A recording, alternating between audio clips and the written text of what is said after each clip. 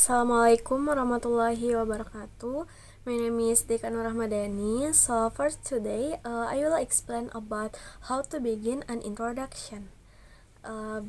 Di dalam how to begin an introduction ini terdapat banyak sekali poin-poin yang akan dibahas. Poin pertama yang akan saya bahas di sini tuh ada hasil pembelajaran yang diinginkan. Nah, di dalam hasil pembelajaran yang diinginkan ini terdapat 3 poin. Yang pertama ada untuk memahami sebuah karya tulis ilmiah, lalu ada untuk mengidentifikasi bagaimana pengorganisasiannya, lalu ada menganalisis tulisan siswa untuk struktur fungsional. Nah, di dalam poin pertama ini nih tujuan di sini nih kayak menekankan gitu pentingnya siswa memahami struktur dan karakteristik tulisan ilmiah termasuk metodologi. Terus tuh analisis data dan kesimpulan yang logis. Lalu poin kedua yaitu untuk mengidentifikasi bagaimana pengorganisasiannya. Nah, di sini siswa itu kayak diharapkan dapat mengenali cara sebuah karya tulis ilmiah disusun seperti kayak pendahuluan, terus tuh ada tinjauan pustaka, lalu ada metodologi, hasil, dan diskusi, serta bagaimana bagian-bagian tersebut kayak saling terkait gitu. Lalu ada poin yang ketiga, poin terakhir dari hasil dari sebuah karya tulis ilmiah ini yaitu menganalisis tulisan siswa untuk struktur fungsional. Nah, di dalam poin ini nih siswa tuh kayak diarahkan untuk mengevaluasi tulisan mereka sendiri dan teman-teman mereka, karena di sini nih kayak berfungsi tuh kayak disuruh memahami bagaimana setiap bagian berfungsi dan berkontribusi terhadap keseluruhan argumen atau temuannya. Lalu ada poin yang kedua yaitu laporan penelitian. Nah, di dalam laporan penelitian ini terdapat 3 poin juga. Yang pertama ada bentuk tulisan spesifik, lalu ada mengidentifikasi dan meneliti isu, lalu ada memberitahu pembaca secara sederhana dan objektif. Nah, jadi maksud dari bentuk tulisan spesifik ini nih laporan ini nih kayak memiliki format tertentu gitu yang harus diikuti untuk memastikan informasi disampaikan itu secara jelas dan teratur. Lalu pada poin kedua itu mengidentifikasi dan meneliti isu. Nah, di sini nih laporan ini nih kayak bertujuan untuk meneliti atau menggali permasalahan tertentu atau fenomena yang terjadi baik di dalam organisasi atau dalam konteks lebih luas. Lalu ada memberitahu pembaca secara sederhana dan objektif. Nah, informasi dalam laporan ini nih harus disampaikan dengan cara yang mudah dipahami dan tanpa bias, sehingga pembaca dapat mengerti inti permasalahan yang akan dibahas nanti. Lalu ada bagian dari makalah penelitian. Nah, di dalam makalah ini nih seperti yang kita tahu itu tuh yang paling pertama yang harus ada yaitu judul. Lalu setelah judul itu ada abstrak, lalu ada pendahuluan, lalu ada tinjauan sastra, lalu ada metode, dan ada hasil dan pembahasan, dan yang terakhir itu ada kesimpulan dan perkenalan. Nah, di dalam judul ini nih maksudnya itu di dalam judul ini nih itu dia tuh kayak bagian pertama gitu yang dilihat oleh si pembaca. Judul harus mencerminkan. Nah, di dalam judul ini nih kayak harus mencerminkan inti dari peneliti dengan jelas dan ringkas, sebaiknya mencakup variabel yang diteliti dan konteks atau subjeknya. Lalu ada abstrak. Nah, di dalam abstrak ini nih dia tuh kayak seperti ringkasan singkat dari keseluruhan penelitian. Biasanya tidak lebih dari 250 kata. Nah, dia juga mencakup tujuan penelitian, metode yang digunakan, hasil utama, dan kesimpulan. Nah, abstrak ini nih membantu pembaca menentukan relevansi makalah dengan cepat. Lalu ada pendahuluannya. Nah, di dalam pendahuluan ini mengatur konteks penelitian. Nah, di sini juga penulis memperkenalkan topik, menjelaskan pentingnya penelitian serta tujuan dan pertanyaan penelitian. Nah, pendahuluan ini juga pendahuluan yang baik membantu pembaca memahami latar belakang dan relevansi studi. Lalu ada tinjauan sastra. Nah, di bagian tinjauan sastra ini nih membahas penelitian sebelumnya. Jadi tuh harus relevan sesuai dengan topiknya.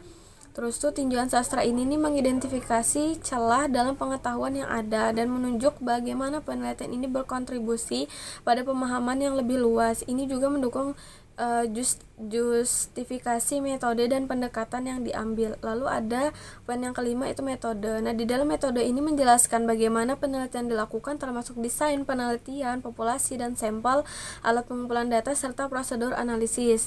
Nah, ini juga salah satu bagian penting untuk memastikan penelitian dapat direplikasi dan dinilai validitasnya. Lalu ada hasil dan pembahasan. Nah, di bagian ini nih menyajikan temuan penelitian secara sistematis. Nah, hasil harus disajikan dengan jelas menggunakan tabel dan grafik jika perlu. Pembahasan menginterpretasikan hasil, mengaitkannya dengan teori atau penelitian sebelumnya serta menjelaskan implikasi dari temuan tersebut. Lalu ada kesimpulan. Nah, di dalam kesimpulan ini nih ibaratnya dia tuh kayak merangkum temuan utama yang pertama tadi dan implikasi dari penelitiannya. Di sini penulis ini nih dapat mengajukan rekomendasi untuk penelitian lanjutan atau aplikasi praktis dari hasil penelitian. Kesimpulan harus memberikan pemahaman yang jelas mengenai kontribusi penelitian terhadap bidang studi. Lalu ada perkenalan. Nah, perkenalan ini maksudnya kayak pendahuluan dalam makalah penelitian ini nih sangat penting karena tidak hanya memberikan informasi tentang topik yang diteliti, tetapi juga memperkenalkan gaya dan pendekatan penulis. Dalam pendahuluan, penulis harus menyajikan latar belakang pengetahuan yang diperlukan agar pembaca dapat menghargai nilai dan relevansi temuan. Dengan demikian, pembaca diharapkan dapat memahami bagaimana penelitian ini menjadi kemajuan dalam pengetahuan terkini di bidang tersebut.